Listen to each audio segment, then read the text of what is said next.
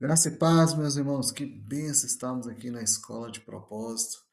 Hoje nós vamos aprender bastante aqui sobre o sacerdócio universal de todo crente.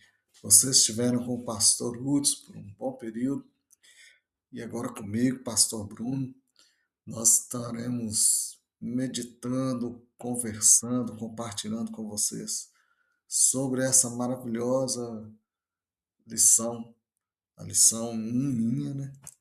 Que é a oitava lição do nosso curso, Sacerdócio Universal de todo crente. Os crentes têm livre acesso ao Santo dos Santos. Então nós somos sacerdotes do Deus Altíssimo, porque o véu se rasgou e hoje nós temos acesso ao Santo dos Santos, às ferramentas espirituais. Nós somos aqueles escolhidos para anunciar o Evangelho da salvação em Cristo Jesus. Então, nós temos esse compromisso com a grande comissão, né? E a multiplicação através dos pequenos grupos, que você já aprendeu algumas coisas lá com o pastor Hudson.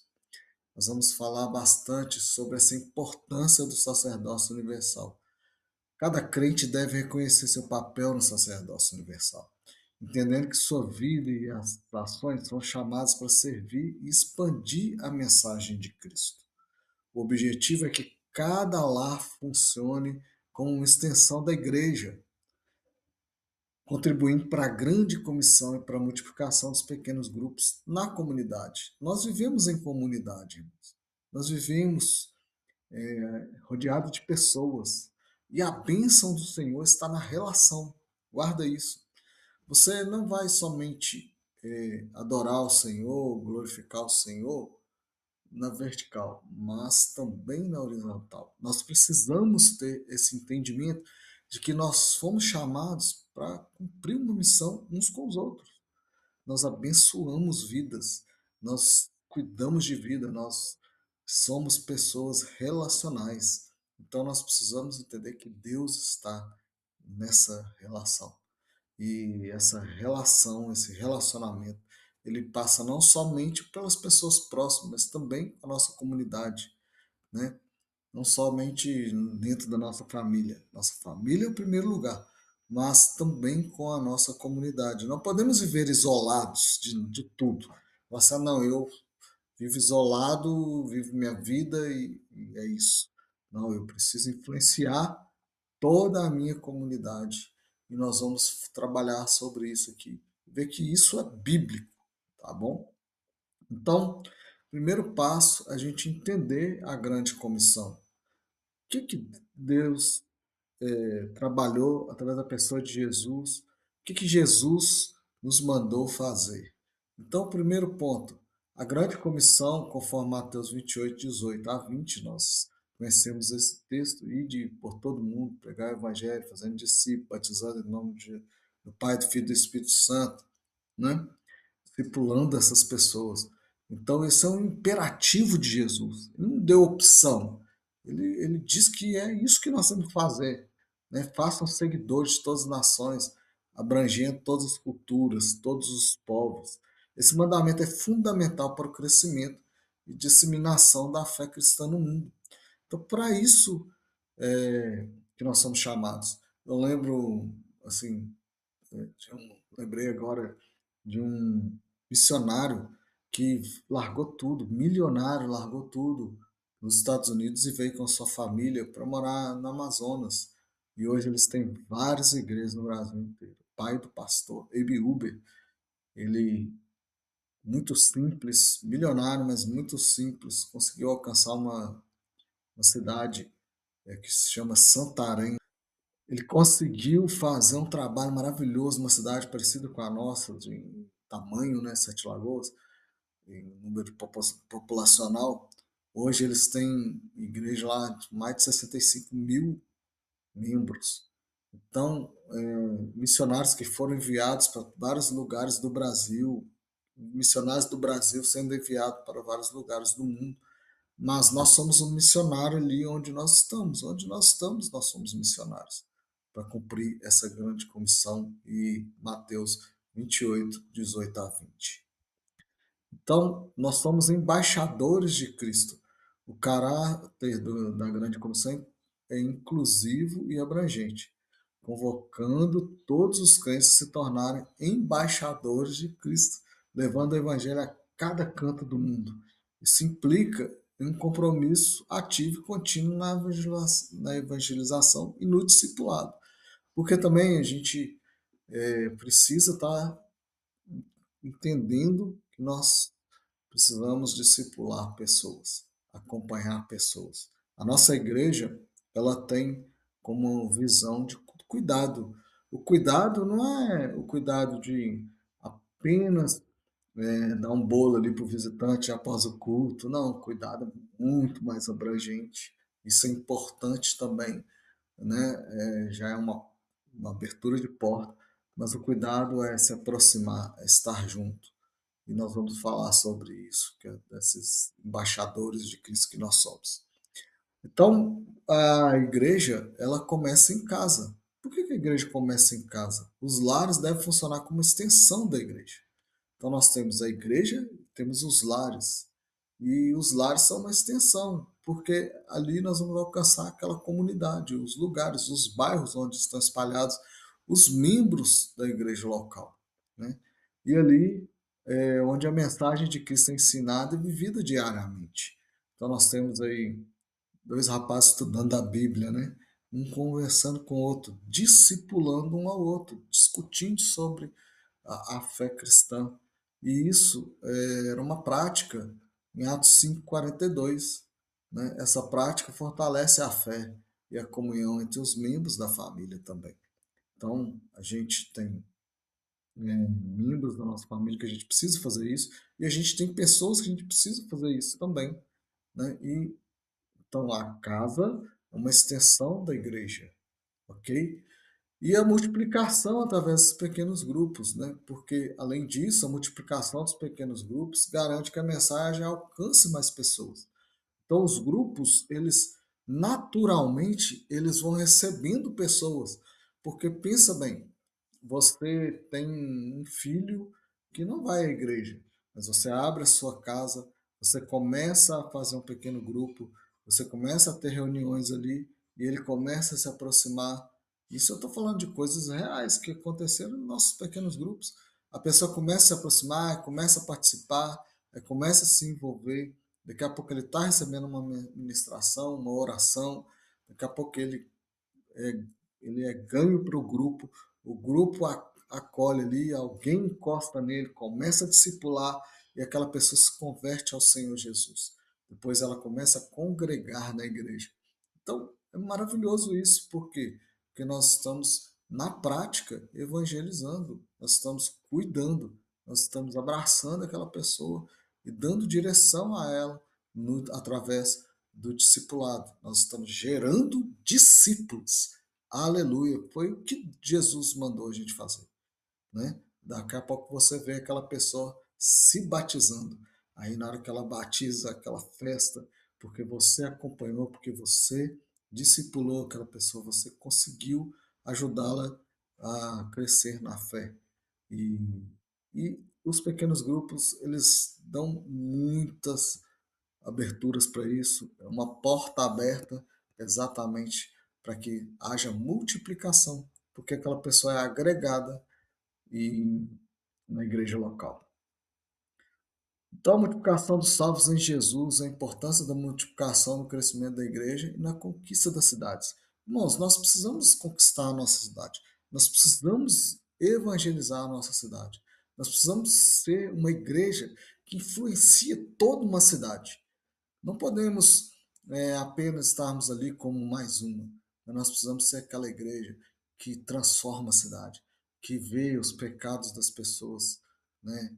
As pessoas sendo libertas de pecados, as pessoas sendo libertas da pobreza, da miséria, as pessoas prosperando na cidade, pessoas sendo livres das drogas, o número de homicídio diminuindo, tudo diminuindo de ruim na cidade. Eu até lembrei agora que tem uma cidade no sul do país que uma igreja assim relevante, né, que se tornou-se relevante, tão relevante na cidade, que até o prefeito o delegado, tudo que vai se fazer na cidade, eles perguntam ao pastor, eles perguntam à igreja o que, que a igreja acha. Olha que maravilhoso, a influência da igreja não é politicagem, não estou falando de politicagem, nada disso não, né? Toma lá da cá, nada disso, mas é a influência verdadeira do evangelho genuíno transformando vidas a ponto deles reconhecerem do poder de Deus, da influência do poder de Deus naquela cidade. Entendeu? Isso é maravilhoso.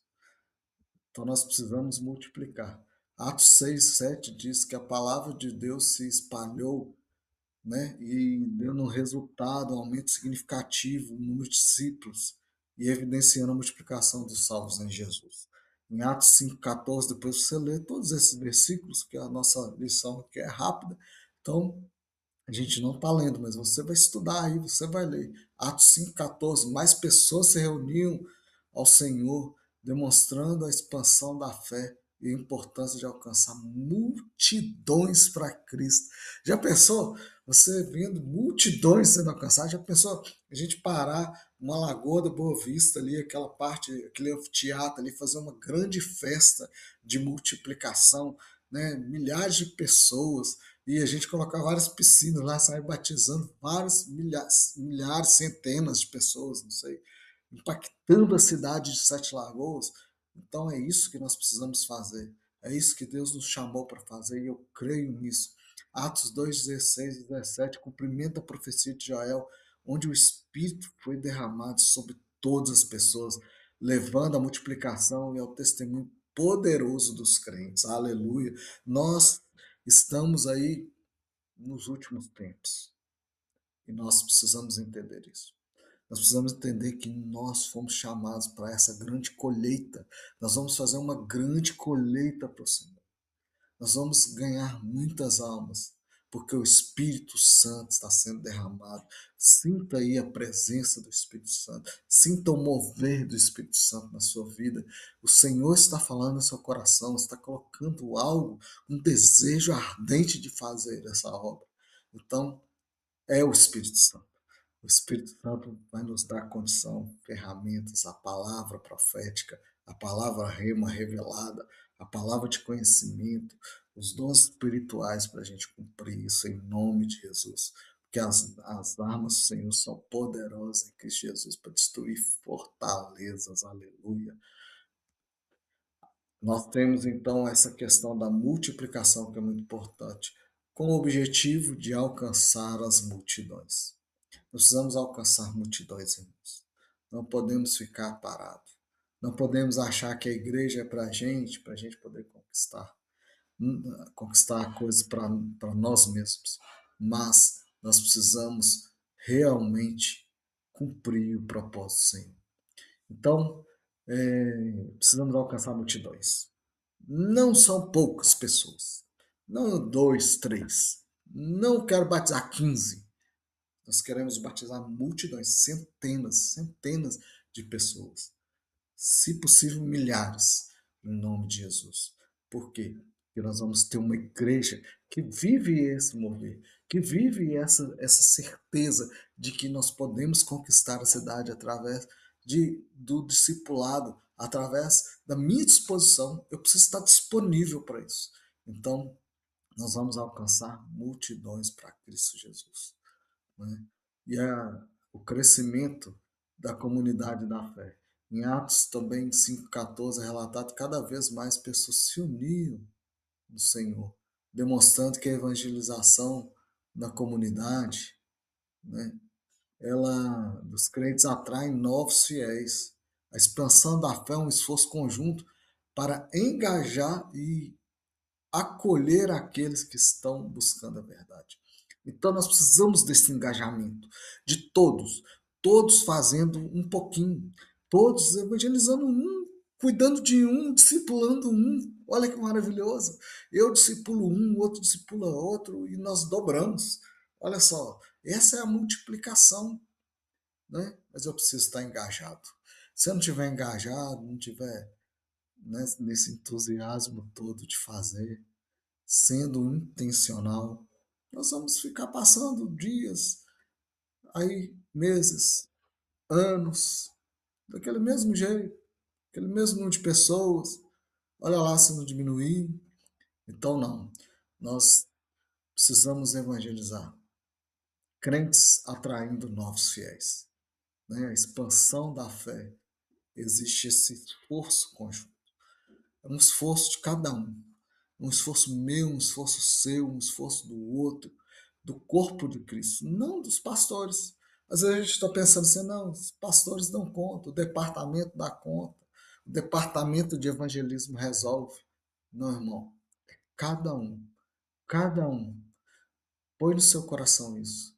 Eu preciso discipular eu preciso encostar em alguém, eu preciso estar com alguém, cuidando daquela pessoa, orando pelaquela pessoa, ministrando na vida daquela pessoa, visitando aquela pessoa, lendo a Bíblia com aquela pessoa, ensinando a orar. É isso, irmão.